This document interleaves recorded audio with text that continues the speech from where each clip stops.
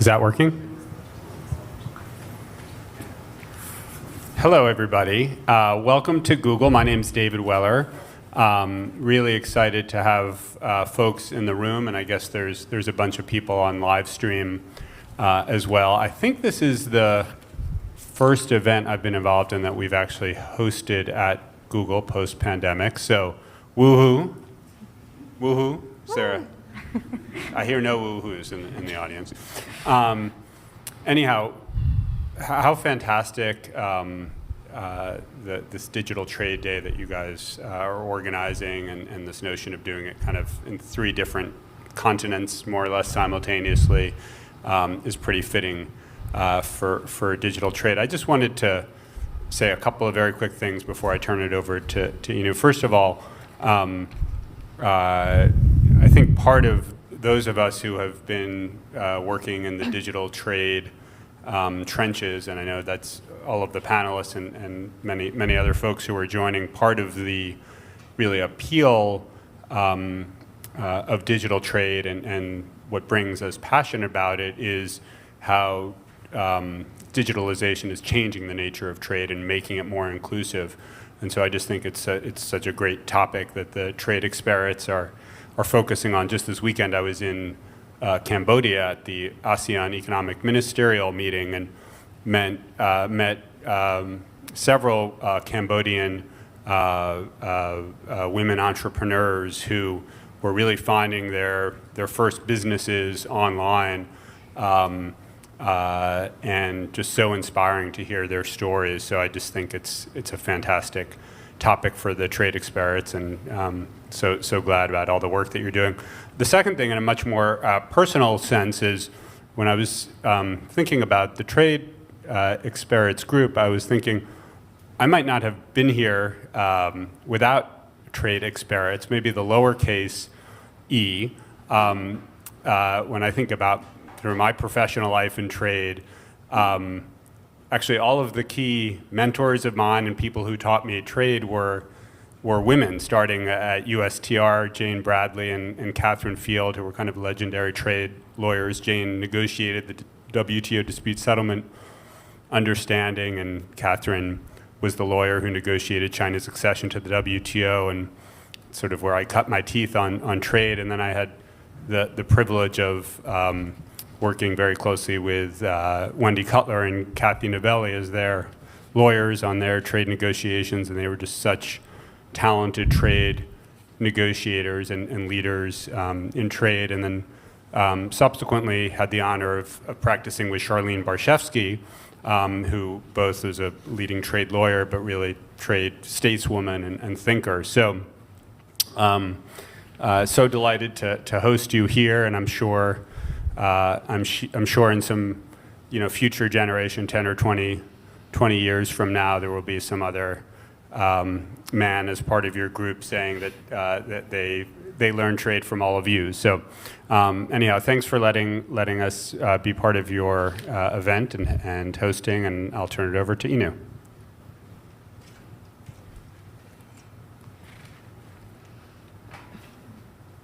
Well, thank you for that, David. Am I on?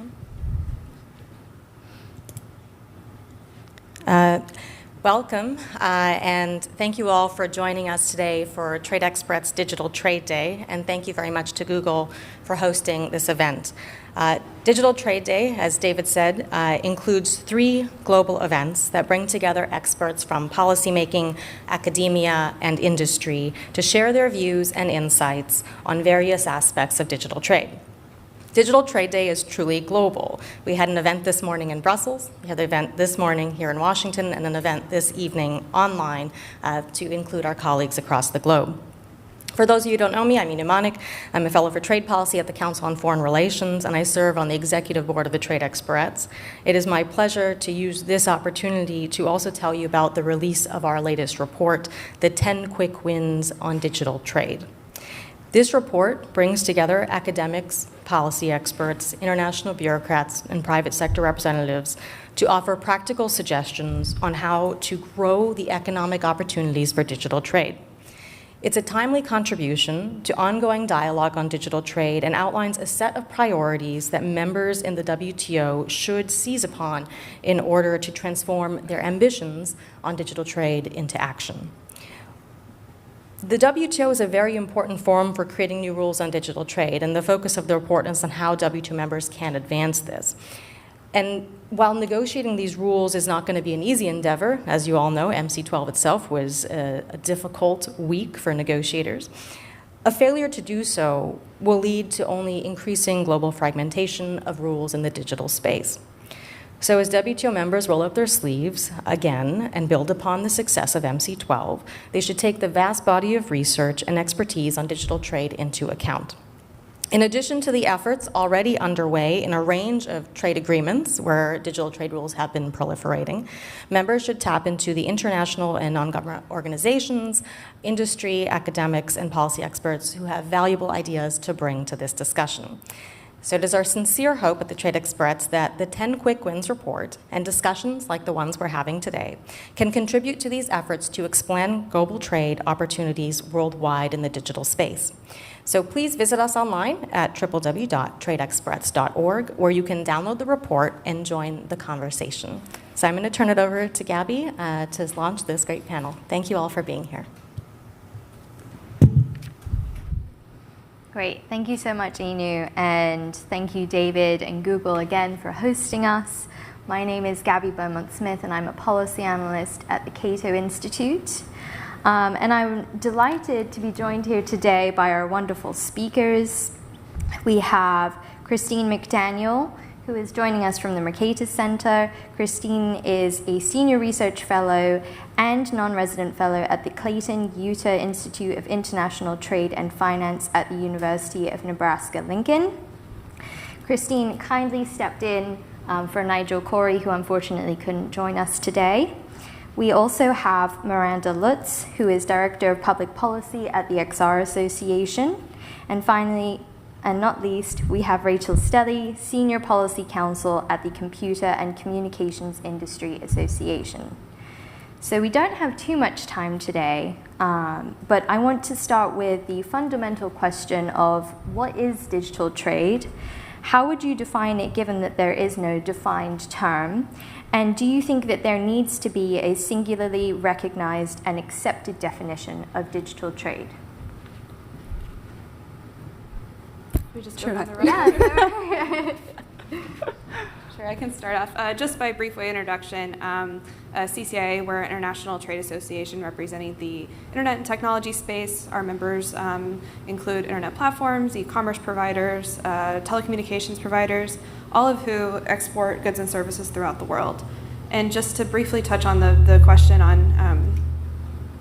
on digital trade, which is foreboding, I think that it's important that we take a very holistic approach to defining the term digital trade. If we're just looking at it in the context of trade agreements, that term has evolved from e-commerce chapters to what we now commonly refer to as digital trade. But sometimes it can be a danger in narrowly focusing on digital trade and what's in a specific digital trade chapter in a trade agreement. Things that are included in a digital trade agreement are certainly important parts of what compromises digital trade: data flows, source code protection, cybersecurity measures. All of that's critical. But if we just focus on what's in a digital trade chapter, I think we're missing the bigger picture for what is needed for businesses, internet services to export. So making sure that we're including provisions on balanced intellectual property frameworks, telecommunications chapters, especially as governments continue to regulate in this space, making sure that we're incorporating good regulatory practices and importance of transparency. So I think if we're going to broadly define digital trade, I think the most holistic approach is critical.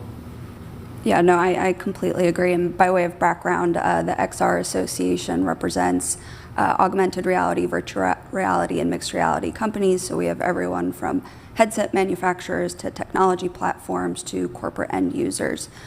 So from our perspective, digital trade would agree, encompasses a lot of different things. The OECD has done some work on this, so even though there isn't a uniform definition. I think they have tried their best to put some contours around what is digital trade, and that is the foundation, I think, are digitally enabled transactions. So trade that can be digitally or physically ordered or digitally or physically delivered. And I think we're seeing increasingly that every commercial transaction will be, in an essence, part of digital trade. So I think taking a holistic approach, taking a technology neutral approach to digital trade will be really important as well, because we don't want to preempt any future innovations in this space. There are a lot of hard-fought digital trade negotiations, and we want to make sure that those are future-proofed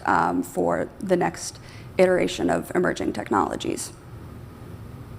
Yeah, that's great, Miranda and Rachel. I very little to add to that. As a trade economist, I guess I see digital flows as it's. I tried to write this down last night. So it's basically like when it's like a flow of a piece of from a capital stock from a U.S. business, right? That's flowing across the border in a strictly business sense because it does have value. But one thing I'd like to talk about maybe after we go through this to the next question is, I do see like also the digital flow discussion sort of being like three-part, right? One is just purely international trade and commerce. Can businesses send information to and from each other in order, which is often a value add for goods. Then also just the humanitarian aspect. Can people get information that they want, and then without state controlled. And then three, national security issues. So I do think it's kind of helpful to they're all connected in a way, but I often find it's helpful to break them up sometimes for policy discussions. Yeah, and just to add on to that, I think that what underpins all three of those buckets is the importance of data and the importance of allowing data to move across borders. Yeah, absolutely. Thank you so much. So in that light, we are looking for a holistic approach to broadly defining digital trade. So what are some of the most consequential barriers to digital trade, and what might be some of the dangers in writing the rules on this? I can go first. I think the obvious one is, data localization requirements. We're seeing increasing trends towards nation states wanting to keep their own data within their own jurisdictional borders. That's incredibly difficult. The internet does not follow geographic borders. And so I think making sure that there are restrictions or limits on data localization. Rachel already mentioned the importance of intellectual property rights. Infringement of IPR can certainly be a barrier. Forced tech transfers, cybercrime, kind of all of these can fall into reducing like the technical barriers to trade. I think there are also some important infrastructure barriers that we should think about. So, particularly in developing countries, lack of access to broadband or internet, high cost of internet-enabled devices. These are some of the things that, in order for digital trade and the innovations that can be brought about by expanding access to the online marketplace, these types of infrastructure barriers need to be addressed. And I would just add on, so we kind of see it as two broader trends of what we're seeing in digital trade barriers. So first, one is long-standing digital trade barriers, but taking a new approach or a different flavor, so to speak. So mentioning on data localization, it's now no longer just the data needs to stay in the country, is that countries are now seeking to require more, and that could be expanded local presence requirements or designated agents in the country. And sometimes those requirements are being used as a way for a country to extract more jurisdiction or seek stronger leverage on these foreign services to comply with government demands. This could be in more problematic areas where there's local presence requirements and countries using that as a way to force these companies to restrict services to their citizens or take down content. So that's certainly one concern. And then another one is this growing trend towards insular looking at what data governance frameworks are. So there was an excellent panel this morning on transatlantic, but what we're seeing in the EU is this proactive and quite blatant strategy of digital sovereignty and proactively crafting these new barriers to make it difficult for companies in different countries to be able to operate in the EU market. So I think that those two concerns we have going forward. Yeah, nothing to add to that. So these are some of the new barriers that we're seeing because of the rise of digital trade, but there are still traditional trade barriers. Christine, you mentioned national security concerns. That's going to be present in any type of trade negotiation, whether it's traditional trade or digital trade. So do you think that emerging technologies will help assuage some policymakers' concerns about national security and digital trade, or does digitalization pose more risk for national security and illicit trade? So that's a really good question. Hard question to answer. I think it depends on what the countries want, right? What do the country governments want? If they're democracies, what do the people want? Some countries, we literally see sort of like a bubble around them, right? And they control everything that, what comes in and out of that bubble. There's, some posts around that bubble that, if something happens to squeeze by, they try to catch it. They'll let some companies come in and operate in that bubble, and it's very controlled what they can send and receive through that bubble. Other countries totally open.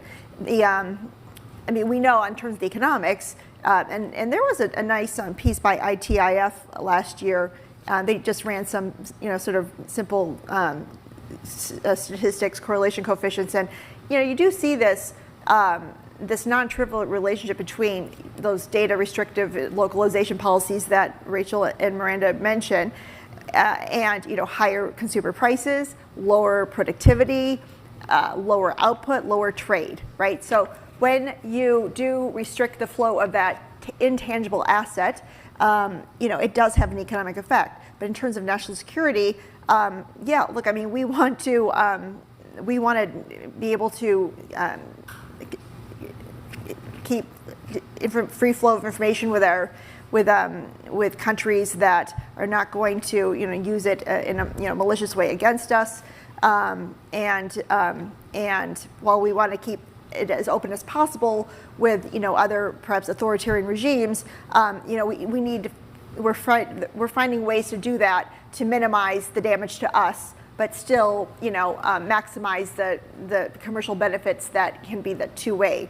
So I think that's going to be the challenge for the next generation to figure out, right? Because some of these markets are really large, and a lot of people there, and we want to keep openness to the extent possible, but at the same time we want to limit the damage that that those authoritarian regimes can do to us. So I think that's going to be a really big conversation over the next couple decades.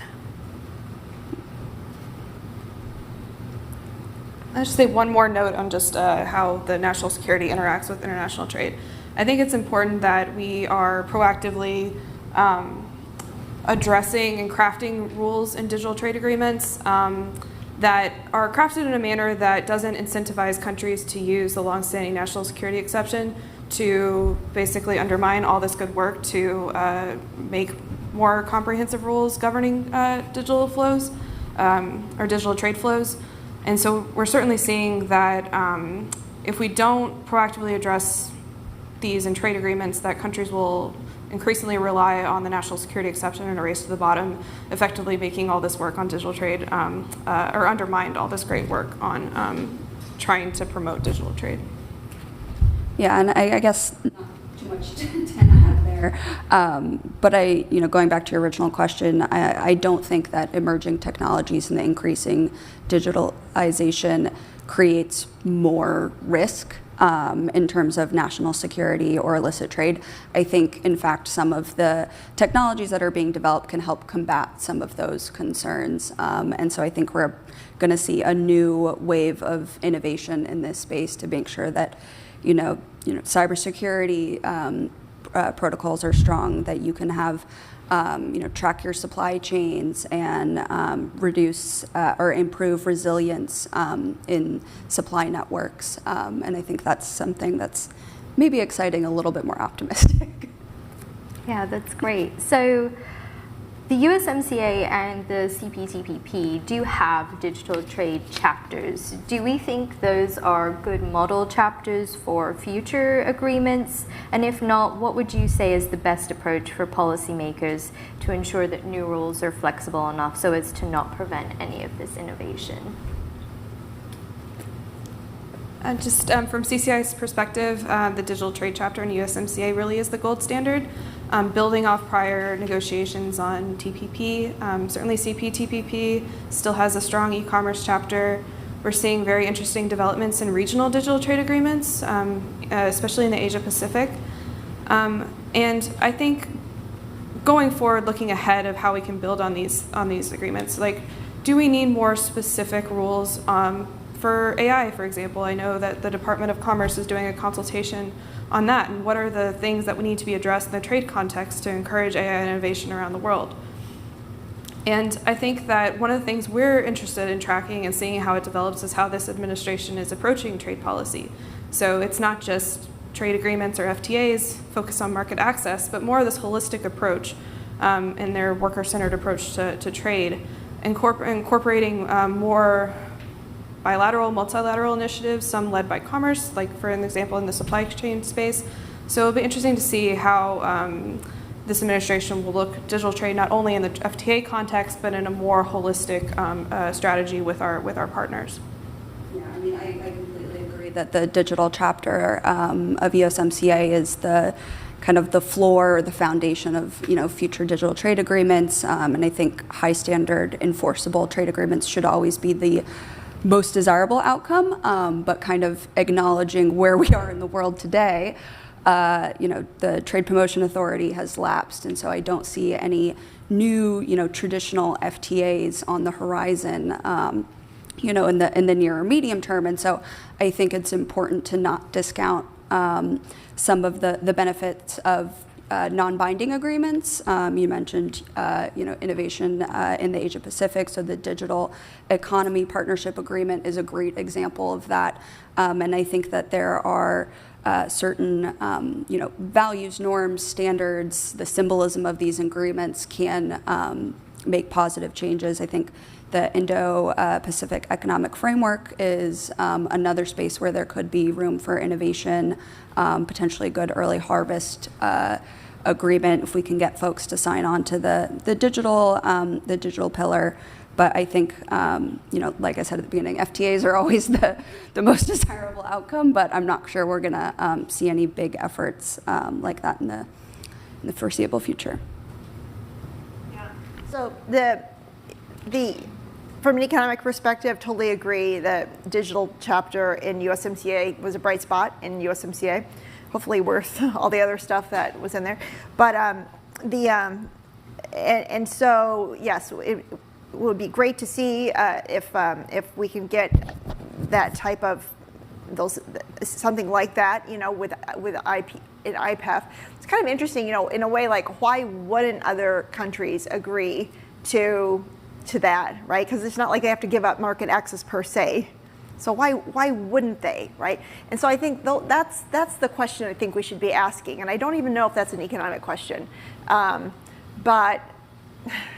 So in a lot of ways, like, there are all these like non-economic factors that come into these negotiations. I look at my colleague Weifeng Zhang and I were just looking at submarine cables across the Pacific.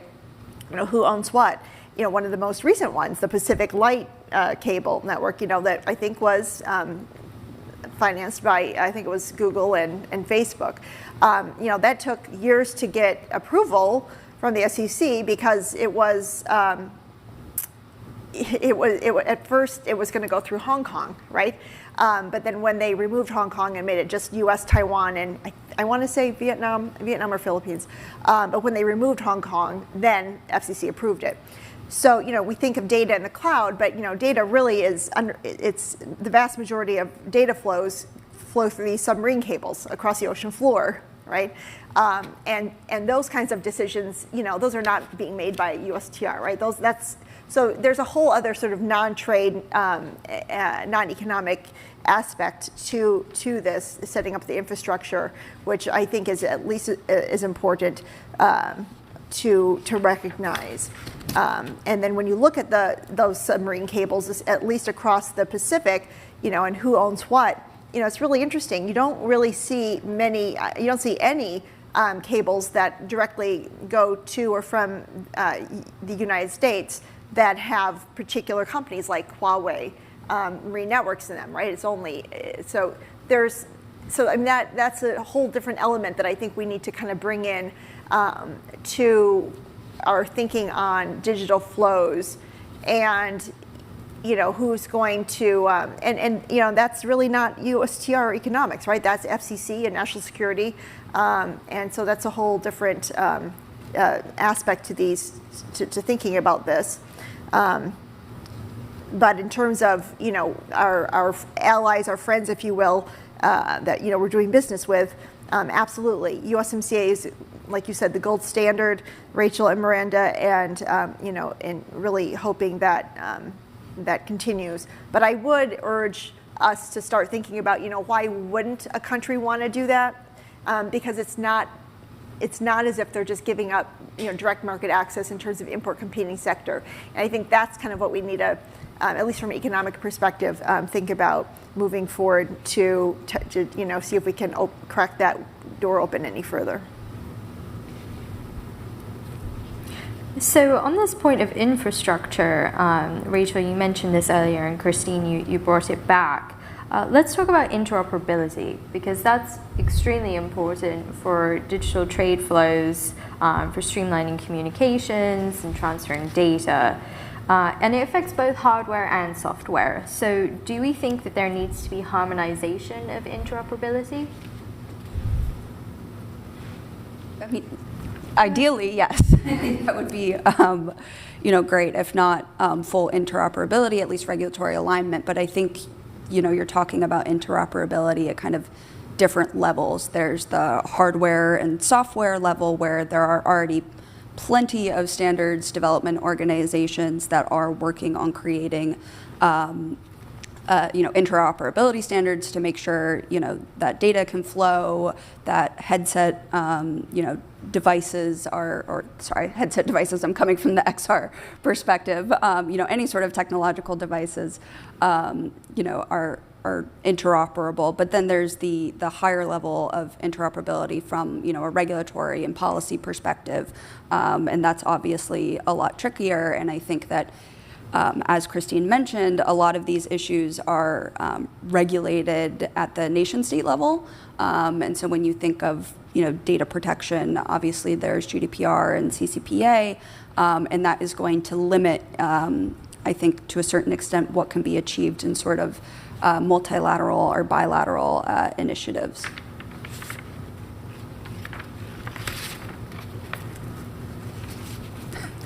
I would completely agree with what was said.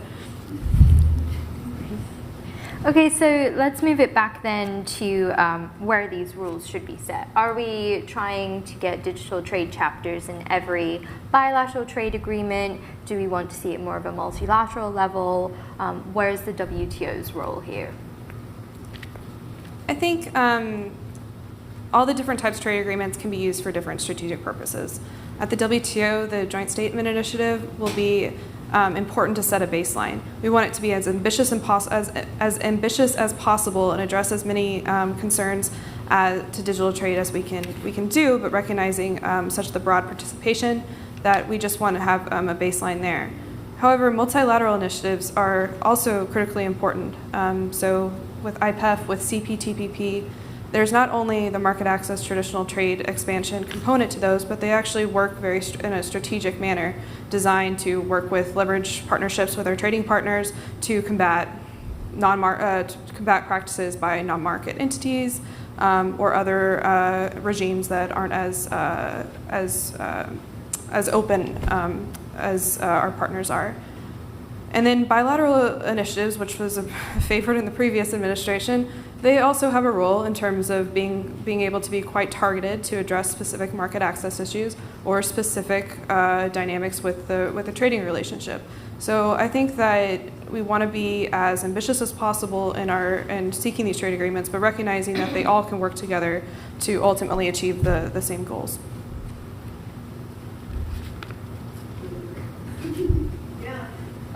So without an enforcement mechanism, right? I mean, it's just the WTO's kind of like just a lot of happy talk in a way, and I mean, then you just or trade capacity building plus kind of.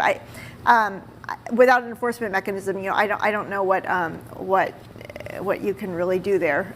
Why go through the WTO at all unless you want to just have a lot of try to get a lot of countries and everybody really wants to get on board. It would be interesting to see what kind of enforcement mechanism, even a soft enforcement mechanism, they might be thinking about with IPEF. Or maybe those talks are just getting off the ground now, and maybe in the next administration that will be a sort of a building block off which to do more work. So I think that's kind of something to keep in mind. But that just because we don't have an enforcement mechanism in the WTO at this moment doesn't mean that it's not a useful forum to facilitate talks and get this on people's radar. But yeah, I mean the big question is what can you do without an enforcement mechanism, and what is worth giving up? What will countries give up? Or what do you think they have to give up if there's no enforcement mechanism, just to sort of agree to something to keep things going? WTO reform, I think, is probably a whole other panel's worth of a discussion.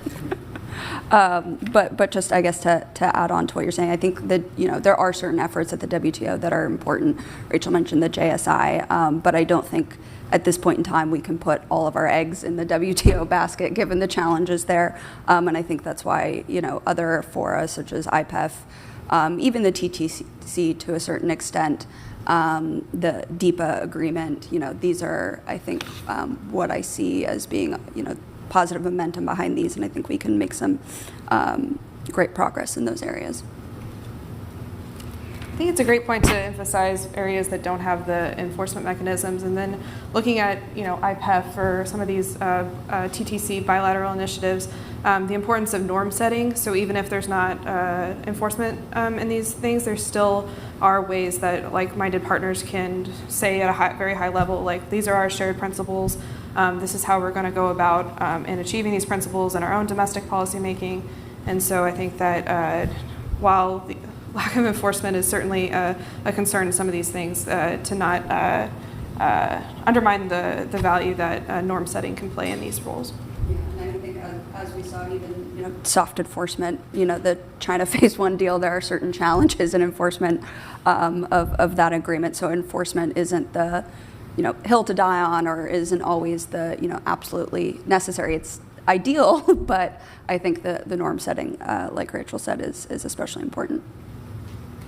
Yeah, I think it's a great point, because obviously the previous administration was very focused on enforcement and using tariffs to enforce agreements. So what sort of enforcement mechanisms do you think would be ideal in the digital trade space?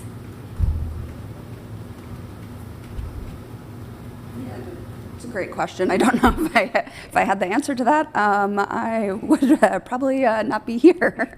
But I think the thing that immediately comes to mind is protecting property rights, intellectual property rights. I think that is incredibly important, and I think that there are some innovative mechanisms to do that. But I mean, I don't know if others have a more set answer on what type of innovative enforcement mechanisms are out there. I think it's a tough question.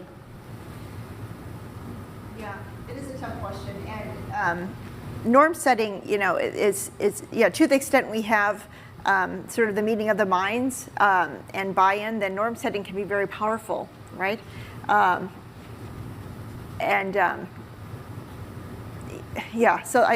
actually something really important to think about, especially in the digital space, because some of these questions, some of these changes that governments make, for digital trade, once you make them, they're really kind of hard to move away from, right?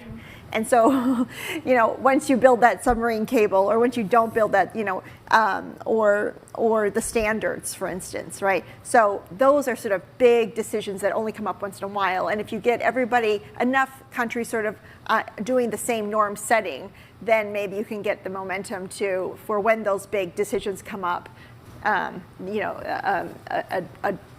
a digital trade facilitation decision is made, right? Or it does at least damage control to limit the restrictiveness. So, yeah, very good point about norm setting. But to do that, you need meeting of the minds, and that takes a lot of work, and probably what a lot of you guys are doing. So, I think in terms of new tools for enforcement in digital trade space, I think one of the things we're seeing most recently in the past few years is just application of traditional trade rules in this space, so just on non-discrimination and most favored nation principles. So those are certainly still applicable for how we're addressing trade barriers around the world. So, for example, like the digital services taxes, USTR using existing measures to change the behavior of trading partners and getting trading partners to focus on multilateral efforts at the OECD. So that could be application of existing tools in the digital space will continue to be important. So, Miranda, I'm going to put you on the spot a little bit here, I'm sorry. But because your specialty is the virtual market space, how do you think digital trade rules should apply there? Should we be using this as an experimental place? Should there be no rules at all? Sort of let it be a forum for anarchy? Or should there be a different set of rules? What do you think about that? Yeah, I mean, I think that we can definitely eliminate the no rules option. I don't think anyone is out there saying that we shouldn't have, a set of rules in the, virtual reality, metaverse, 3D internet, whatever you want to call it. And so I think the best way to do that is to take a layered approach to what should apply. And I think that some of the challenges, and this is true in areas outside of trade, is that VR is in some ways more analogous to real life than a 2D web experience. And so I think, we need to see, what IPR rights can apply, how IPR rights apply to, things like NFTs. There are certain kind of foundational building blocks that need to be put in place, but I think that often existing digital trade rules will apply in the virtual space. I don't think that we necessarily need to create a whole new set of rules in the road, and I don't think anyone wants to do that, frankly. And I think that, there are some areas where there will be, novel questions, for instance, under GATS, tourism, if I were to go to Italy and take a museum tour at the Uffizi, that's like a mode 2, trade and services. If I put on a VR headset and I'm sitting in my living room and I do the exact same thing, am I still consuming that abroad? And so how is that treated? So I think that there are some interesting questions that I don't have the answers to about how existing obligations, particularly under GATS, I'm sure other agreements at the WTO will apply, and that will, create, challenges, I think, for certain, countries' compliance obligations, and how to work with that. So that's my first stab at that question. It's a really good one. It's something we're continuing to think about and continuing to probe. I think that in this space is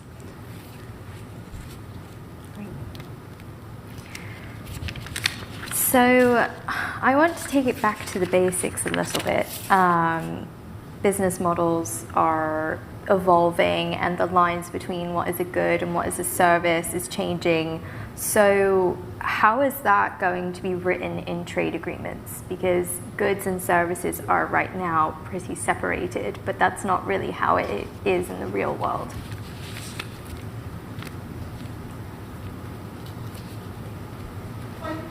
A little bit. The International Trade Commission had this great report. I think it was last year, was it? Martha Lawless's group, services group. Well, it was actually a much larger report looking at the economic effects ex post, looking backwards of all the agreements that we've done under TPA. But there was a great chapter in there looking at services and a handful of case studies on trying to put some numbers around the extent to which these agreements have facilitated increased trade in services, it's a great piece, and I'll send Gabby the link if you guys haven't seen it already. But I think it's chapter 4, and they go through a handful of case studies looking at, for instance, the auto chapter in U.S. Korea, FTA, and then the logging issue in Peru and a few others. And sometimes you do have to do these really kind of nitty-gritty case studies, and you have to do a number of them, and then you have to look at patterns across the results. And they did that, and they see that it's true, goods and services, that those provisions are technically separate, but the negotiators are all talking to each other, right? And in U.S. Korea, for instance, on autos, what they did is they worked on not only the standards, but also worked really hard with Korea on mutual recognition of safety standards, and what that did is obviously it allowed lessened the restrictions on the ability of U.S. automakers to send cars to Korea. But then you also see this follow-on effect of services trade, and in fact so the Commission went ahead and tried to quantify the change in the ad valorem equivalent of a number of services trade restrictions, and found that the ad valorem equivalent restriction decreases were from like 10 to 20%, which is not trivial, and the corresponding increase in U.S. Services exports was between 1 and 400%. Okay, so some of those you're starting from a low base, but still, it's still a big growth rate. And so sometimes it can be something, just something like changing the standards, right? So kind of those norm setting, meeting of the minds, that can have these really pretty big follow-on effects in services trade. And the services trade data, obviously it is what it is, but and there's a lot of flows in intangible assets across borders that are hard to see, but it still is a nice mirror up to what's really going on. And to the extent those data are available, a 1 to 400% in U.S. services trade is pretty remarkable, I think.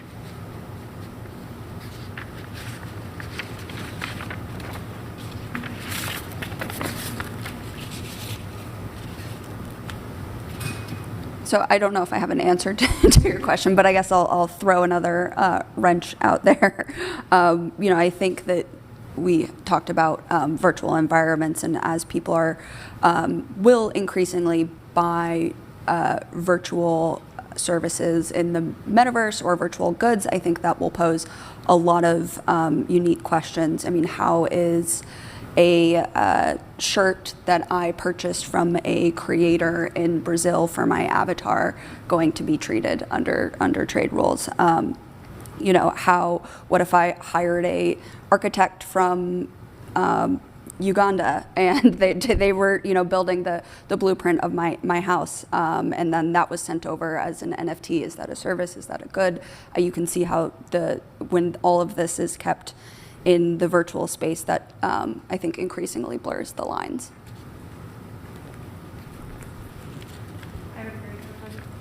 Great. Well, thank you, all of you, for joining us today. Our speakers, all of you here, everybody online, Google again, and David, thank you so much. I think this has been a great conversation. I've certainly learned a lot, and I hope you all have too. We do have some time for Q&A, so I just ask that you please come up and use the microphones, and we'd love to hear your questions.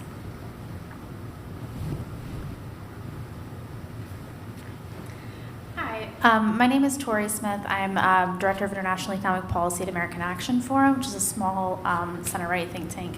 My question is on digital authoritarianism, which the panel touched on briefly, but spending some time in the region of Asia, and you see kind of the dichotomy between how different economies, say Taiwan and mainland China, are utilizing digital trade or kind of digital goods.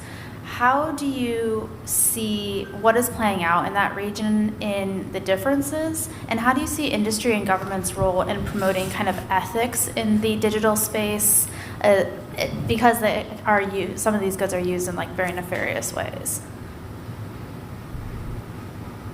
I can start. It's a great question.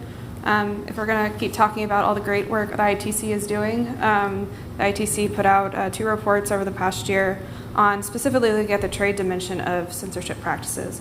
And they put out 2 reports, and the majority of these reports are focused on the digital space. So how is China and other authoritarian countries using digital services to crack down on free expression and other concerning developments in the human rights space?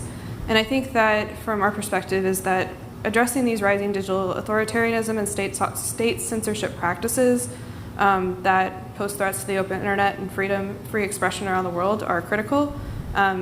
It's very positive that initiatives like the Declaration on the Future of the Internet brought together a large group of countries to recognize the importance of protecting internet freedom and addressing authoritarianism. And so we certainly see that in the digital trade space that there is an opportunity for countries to address it. I completely agree, and I think it. You need to create consensus around these issues. The U.S. is trying to do that with our allies. I think that the initiatives that we've talked about probably ad nauseum, but things like the IPEF, TTC, the DIPA, agreements like that can help set norms that combat some of these practices that are problematic from liberal, democratic, Western perspective. It's been interesting watching the Belt and Road Initiative, and where that's going, and then what happens after that, right? Just looking at Kiribati, for instance, Solomon Islands, first came, the talks about Belt and Road, then came the checkbooks open, and everyone was happy about that. But then after that, then the infrastructure gets built, and then comes the political aspects, and then come the military aspects, and then come we're also going to do a digital infrastructure for you, and and here's a whole bunch of equipment you can use to monitor your citizens. And so I do think it's something to be cognizant of, moving forward. And then, also just look at what's been happening in Hong Kong just the past few years. Remember Hong Kong Financial Center, right? Used to be this dynamic financial center of the globe. And look what's happening now. The performance of that exchange is just going down and down and dwindling away. And I think that is something to study more and learn more about, and use it as a proof to show that once once authoritarian regimes start to control digital flows, it can affect economic performance. And we're not just talking about, do you have 4% or 5% GDP growth? We're talking about, is the economy going to keep growing, or is it going to start shrinking? And that's what we're starting to see happening in Russia right now, right? I mean, they're cut off from the globe digitally also in terms of a lot of goods. And they're looking at some pretty long-term productivity, very adverse productivity negative effects there. So it's it's something that a lot of economists are looking at, and this norm setting. So I mean, every time, every discussion you guys have with countries large and small, it's not just this checklist, okay, now, but it's also all these bigger issues that you're thinking about, right? And it's really important to keep that perspective broader, and because it can have existential implications.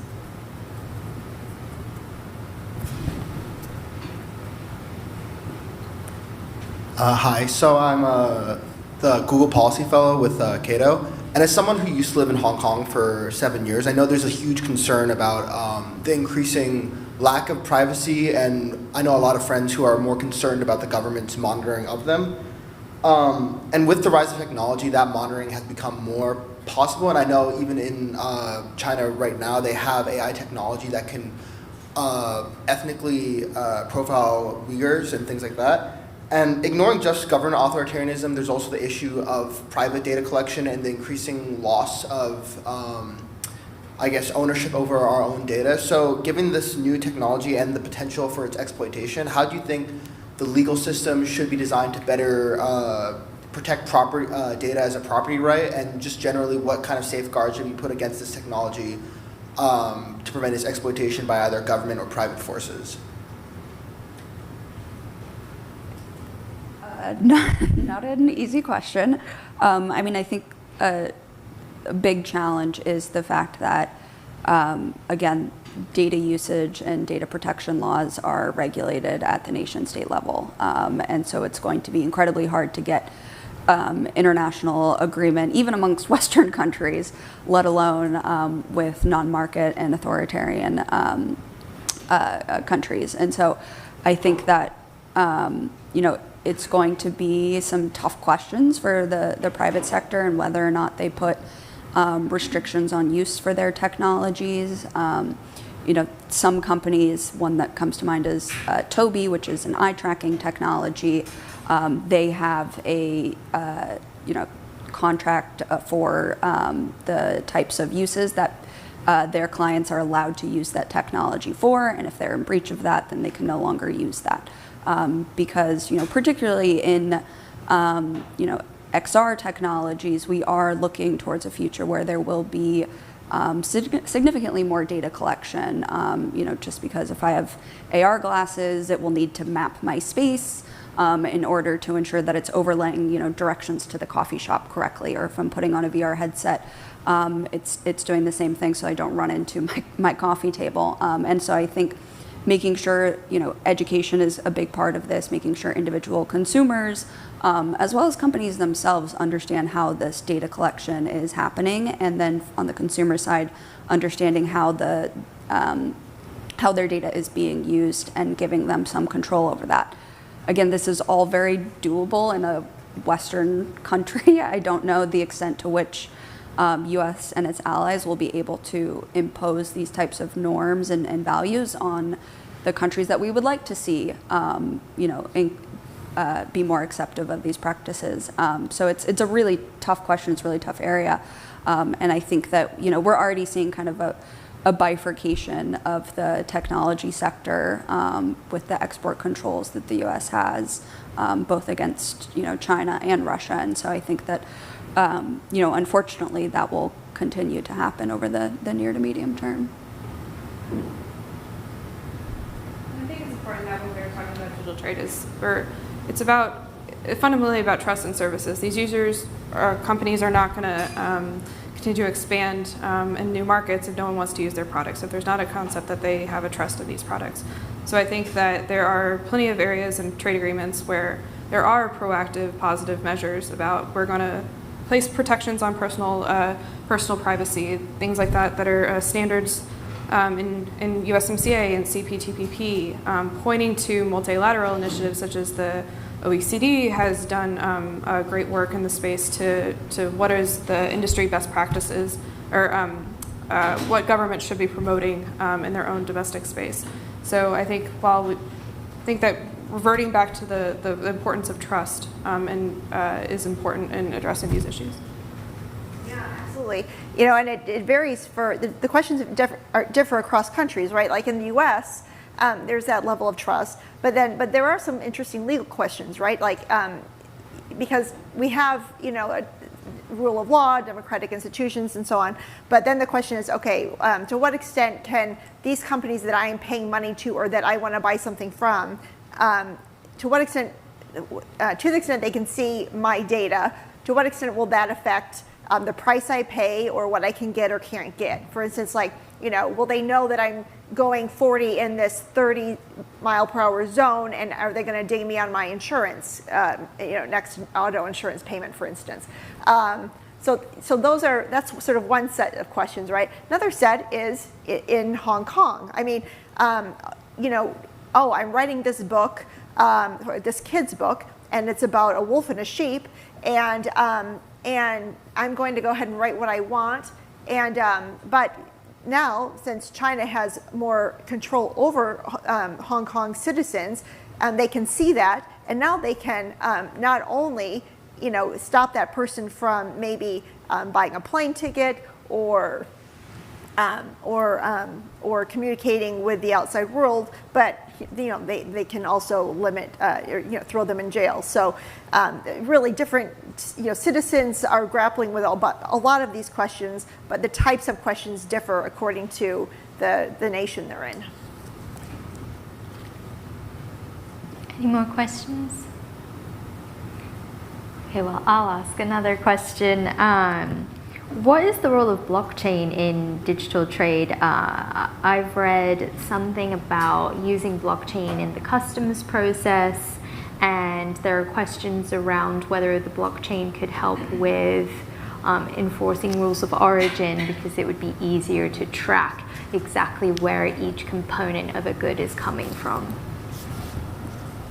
I mean, I think there's huge potential for blockchain technology. I don't think it's the panacea that some folks make it out to be, but I think that if we can, and I also think that there's some questions around whether or not quote unquote self-enforcing contracts written into the blockchain are actually effective, and if they hold up under law. And so I think there are a lot of questions that still need to be figured out, particularly from the policy, regulatory, legal side of things. But in terms of the actual technology itself, again, huge potential to facilitate easier border crossings for goods. If you can have a NFT or something that tells you everywhere that it's been, and you can certify that, then I think it could create some more efficiencies in the trade space. Blockchain is outside my competencies, so I'll defer to the experts. So Ken Norberg, the founder of TradeExperettes, and I hope she's listening. We wrote a piece years ago on just kind of looking at potential for distributed digital ledger technology, and in the trade space, and we focused on trade finance, provenance of goods, and customs, and go through how this could be used, and worked with Elisa DiCaprio on the trade finance aspects. So yes, a lot of potential for sure, but it's obviously only as strong as the number of people willing to use it.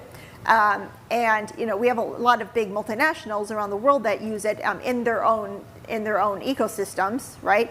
But once they start doing business with another entity that is not using it, well then it's as strong as its weakest link, right? So while I think there is a lot of promise there on provenance of goods, if a particular country is not going to allow truthful information to be put on the ledger, then kind of defeats the purpose. So if you have a lot of willing participants extremely a lot of potential there for increasing access to trade finance, helping customs authorities around the world. Already the big shipping companies are using digital distributed ledger technology in monitoring, the contents and the state of and the conditions of those contents, from particular points. But they can only do it to the extent that they have control of it, right? Yeah, I think there's some capacity building at international organizations in this space, and I think that, maybe 10 years out we'll be having a different answer, but there's still a lot of work that needs to be done. Well, if there are no more questions, then I think we'll close for the day. Thank you all again for being here. Thank you again to the speakers and to David and Google. I can't thank you all enough for your time today. So if we could give a round of applause to everybody.